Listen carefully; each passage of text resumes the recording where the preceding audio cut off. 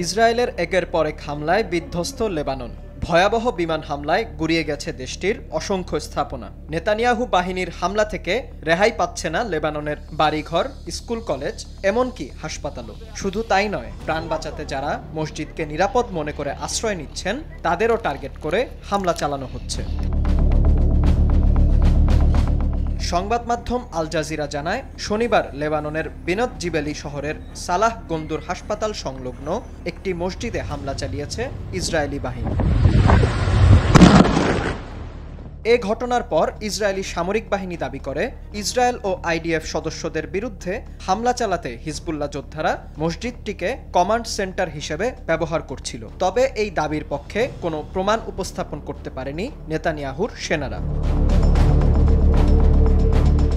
দখলদারদের আগ্রাসন থেকে রেহাই পায়নি দক্ষিণাঞ্চলীয় শহর বিনত জেবিলের হাসপাতালও। সালাহ গন্ডুর হাসপাতাল জানিয়েছে, ইসরায়েলের অতর্কিত হামলায় তাদের ৯ জন মেডিকেল ও নার্সিং স্টাফ আহত হয়েছে। ইসরায়েলি সেনাবাহিনী আইডিএফ জানায়, দক্ষিণ লেবাননের বিভিন্ন অবকাঠামো সহ হিজবুল্লাহর অন্তত ১৫০টি লক্ষ্যবস্তুতে হামলা চালিয়েছে তারা। এছাড়া লেবাননের উত্তরাঞ্চলীয় শহর ত্রিপলিতেও হামলা চালানো শুরু করেছে ইসরায়েলি বাহিনী। অন্যদিকে ইসরায়েলকে লক্ষ্য করে গত কয়েক ঘন্টায় হিজবুল্লাহ প্রায় ২৫টি রকেট ও একাধিক ড্রোন নিক্ষেপ করেছে, যার বেশিরভাগই উত্তর ইসরায়েলের পাহাড়ি এলাকা পশ্চিম গ্যালিলে ভূপাতিত করা হয়েছে বলে দাবি করে ইসরায়েল।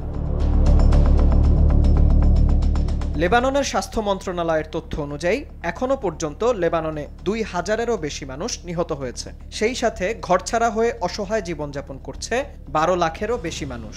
এমন পরিস্থিতিতে অনেকটাই নীরব ভূমিকা পালন করছে সৌদি আরব সহ বেশিরভাগ মুসলিম দেশ। বিন ইয়ামিন, RTV।